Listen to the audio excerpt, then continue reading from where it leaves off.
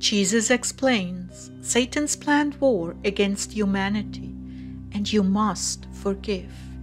Rhema from November 16th, 2021, spoken by Jackie.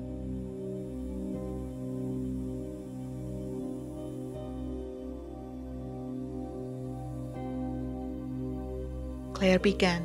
Tonight the Lord was wearing navy blue, and as the night wore on and we were dancing, I saw he was wearing a military outfit with all kinds of bars of colors. A commander.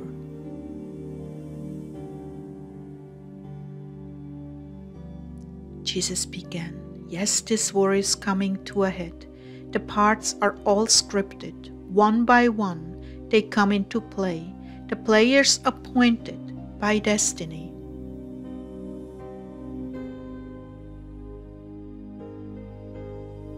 Obama, the man of sin, stands in the central position. Scripting for him was done eons ago. Each player has their role and their orders. All that remains now is the commencement, and at the proper time the signal will be given. How lucrative this war will be for Satan. This is precisely why I've been hoping to hold it off. But time has reached its fullness, and it will begin any day now. Never in the history of mankind has such atrocity been planned and executed. Never in the history of the world will it occur again. This is the appointed time for the cleansing of the earth from all filth, disease brought to its fullness by the demonic powers that be, with the full cooperation of man in his creed. What will transpire is the decimation of millions of souls. For some, there is nowhere to go but hell. For others, they shall be saved as going through the fire. My bride will not see any of this. She has been brought to a place of sensitivity because of her union with me that precludes her being exposed to such horrors as will come upon mankind. But Lord, will she not be here for a nuclear strike?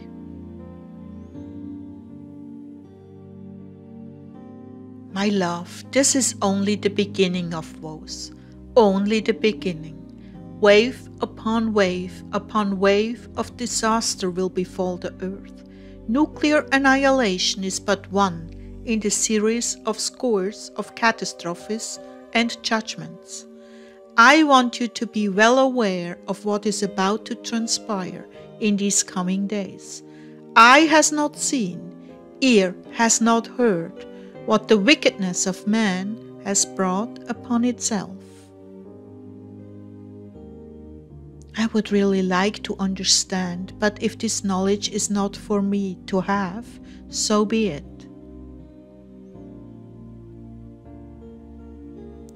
My little one, my very, very little one, it is not essential to the salvation of souls. I would rather you focus on the hearts of the flock that I've brought into this fold. They are my bride, Clare, and how they yearn for me. It brings tears to my eyes when I read their comments, which are only the tip of the iceberg of their sorrow and longing for me. As I've told you before, this is a factor in our timing. To see her gut-wrenching tears is almost too much for me. I wish to visit each and every one of them, but they must go through a process of preparation.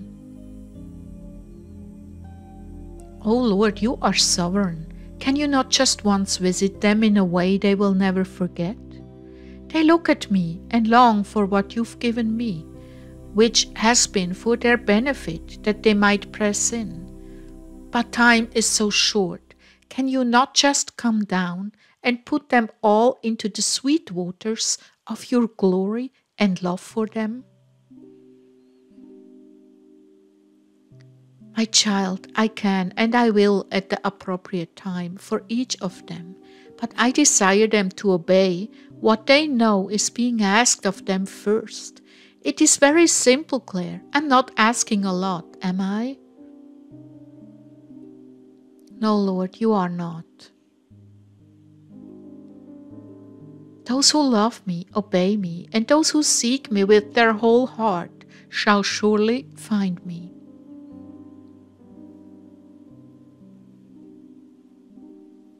Now returning to the original scene in my military attire, I don't want you to mourn over this situation.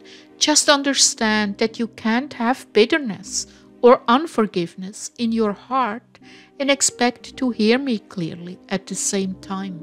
Pass it on. There are those on your channel who have not forgiven themselves or others, and I deliberately had you do a forgiveness meditation for them so that they would be free and clear to hear from me. But some have not done this. I'm calling all my brides to be clean before me, and you cannot be clean before me unless you have truly forgiven those who have sinned against you. That includes sins against yourself. So you see, there was a very good reason I allowed you to get hung up where you did. If you hold unforgiveness in your heart, you have drunk a chalice of poison, and the other person will not be the one to die. Let's move on. I'd like to, Lord, but I feel hatred in my heart for her. I don't want it, but I can sure feel it. What do I do? Consider her a leper who is in dire need of love and respect, not for what she deserves, but for me. I have no one else to care for her and love her, Clare. Can't you make an exception in your heart for her? After a lot of prayer from Ezekiel, I got to the point where I could forgive her and leave it alone, still waiting on the Lord's wisdom as to what to do. For now, I'll leave it alone.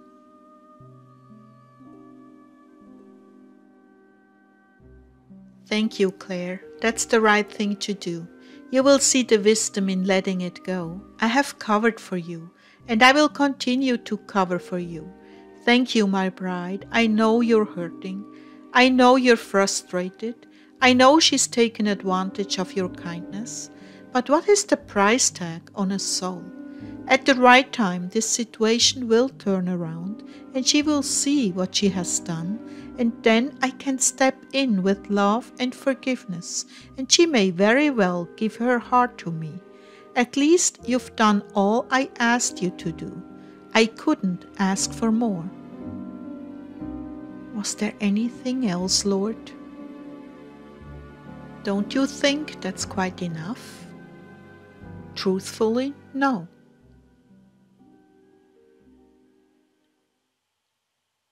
You are on the brink of war. I came to you tonight in the military attire because that's where I am right now. You did seem rather solemn, Lord. Yes, I have a lot on my mind. This is a place of extreme pain for me. It was nice to be comforted by you.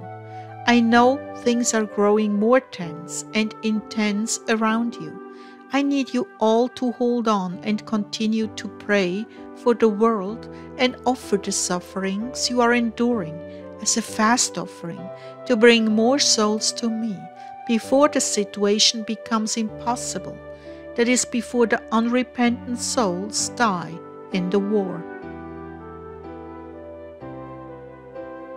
That was the end of his message. In order to better understand the evil schemes of Satan's henchmen on earth, we have put together a page of insightful information for you. You can find the link below the video in the description. May the Lord's peace be with you all.